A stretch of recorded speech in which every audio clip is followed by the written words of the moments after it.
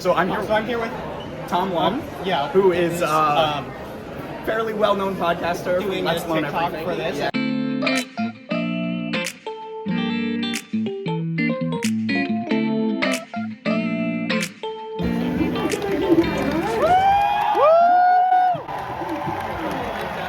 So imagine you're sitting at the Ig Nobel Awards, which are the satirical Nobel Prizes for the weirdest things in science that year, and all of a sudden you have Tom Lum sit right in front of you. And then you're like, are you Tom Lum? And he hands you this business card. Tom Lum is a YouTuber, podcaster. You may have seen in this video, or this video, or this video, or here?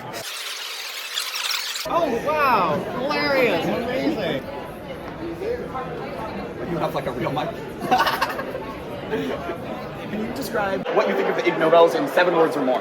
7 words or more? Oh, fantastic. I think it's amazing. I just saw 2 people walk by and they're like, what is this? I was like, oh, do you have a few minutes?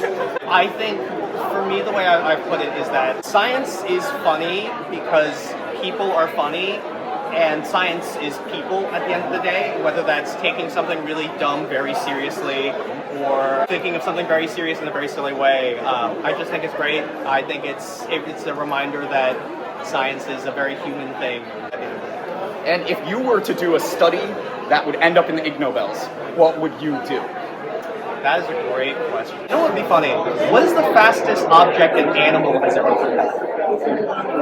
Because we've done man-made, so that would make me curious is to see, sort of maybe do like a Guinness World Record at the same time as a study. Is sort of where my brain goes. Where can people find you? TomLum.com, and everywhere you search that name, you can find it. Places. Ding. Yeah, of course. Joel, anything interesting from the Ig Nobels? Any thoughts, opinions, feelings? I'm not giving you any free content. Hey, but I'm trying to make a video for our channel. Let me think. There was a guy who did a study on drunken bats, and they were giving bats small amounts of ethanol and like spoiled fruit, because that's already something that they're like eating normally. And so he was talking about the effects on them. And he was mostly analyzing it on their ability to fly and echolocate. But I found it really interesting, the social effects, because that's kind of the thing that you think about for alcohol in humans. Maybe ethanol could have some effects like as it happens in humans. So we flew the bats, we gave them some ethanol, and some others we didn't. So they flew slower.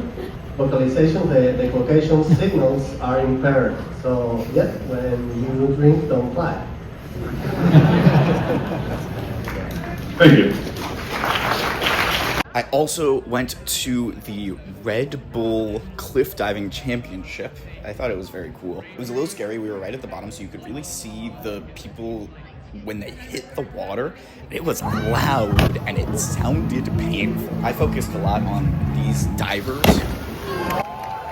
They like splash the water so that it breaks the surface tension. I just kept thinking we're having a really great time. And I was like, how do you get that job? You think they're paid a lot? Then I also went to the Somerville Marshmallow Fluff Festival. Fluff Festival is a festival commemorating the discovery of fluff 20 years ago today in Somerville, Massachusetts. Today there will be many live performances, games for families, and other foods for people to enjoy.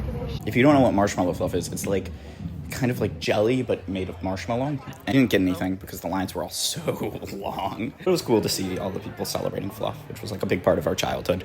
And that was all in one day. This was one day. This was a couple of days ago. I had all 4 of these things happen. It was a crazy day. Bam, bam, bam, bam, bam, bam, bam. You know? Thing after thing after thing. Which is kind of how I like to live my life, you know? Also, someone please employ me so I can keep having days like this.